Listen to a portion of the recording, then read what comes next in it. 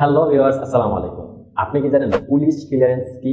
Police clearance কেন করতে হয়? পুলিশ ক্লিয়ারেন্স করতে কত টাকা লাগে এবং পুলিশ ক্লিয়ারেন্স করতে কি কি ডকুমেন্টস লাগে? হ্যাঁ বন্ধুরা, এই চারটা প্রশ্নের উত্তর কিন্তু আজকের এই ভিডিওতে আপনারা খুবই সহজে পেয়ে যাবেন। আজকের এই ভিডিও দেখলে কিন্তু আপনারা বুঝতে পারবেন পুলিশ ক্লিয়ারেন্স কি, পুলিশ ক্লিয়ারেন্স কেন করতে হয়, পুলিশ ক্লিয়ারেন্স করতে কত টাকা লাগে এবং পুলিশ ক্লিয়ারেন্স করতে কি কি ডকুমেন্টস লাগে। সর্বপ্রথম আমি আপনাদেরকে বলতেছি পুলিশ ক্লিয়ারেন্স কি। পুলিশ ক্লিয়ারেন্স হচ্ছে এমন একটা সনদ, যেই সনদের মাধ্যমে কিন্তু আপনার নিজের উপর কোনো মামলা মোকদ্দমা আছে কিনা সেটা প্রমাণ করবে।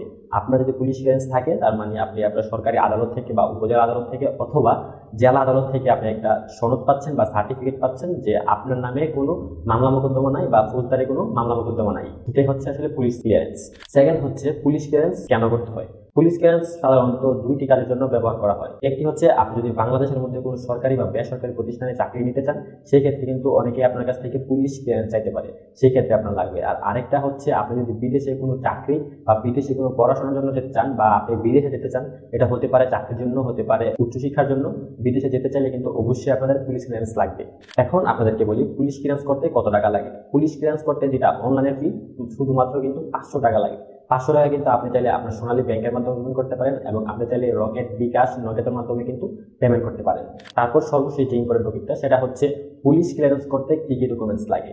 পুলিশ ক্লিয়ারেন্স করতে মূলত আপনার যে ডকুমেন্টসগুলো লাগবে সেগুলো হচ্ছে সর্বপ্রথম লাগবে আপনার জন্ম নিবন্ধন, তারপর হচ্ছে আপনার ন্যাশনাল আইডি কার্ড, তারপর হচ্ছে আপনার পাসপোর্টের যে স্ক্যান কপি সেটা লাগবে এবং পাসপোর্টের কিন্তু মিনিমাম 3 মাসের মেয়াদ থাকতে হবে।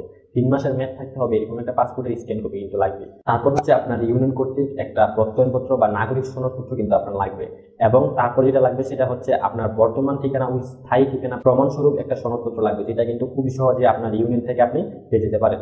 তারপর যেটা লাগবে খুব ইম্পর্টেন্ট, সেটা হচ্ছে আপনার সদ্য তোলা পাসপোর্ট সাইজ ফটো কিন্তু আপনার প্রয়োজন হবে।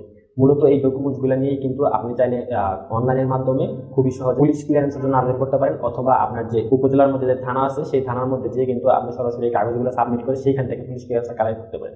আপনি যদি অনলাইনের মাধ্যমে পুলিশ ক্লিয়ারেন্সটা আবেদন করতে চান, তাহলে পুলিশ ক্লিয়ারেন্সের আবেদন করার যে লিঙ্কটা আছে সেই লিঙ্কটা আমি আমার ভিডিও ডিসক্রিপশনে দিয়ে রাখবো।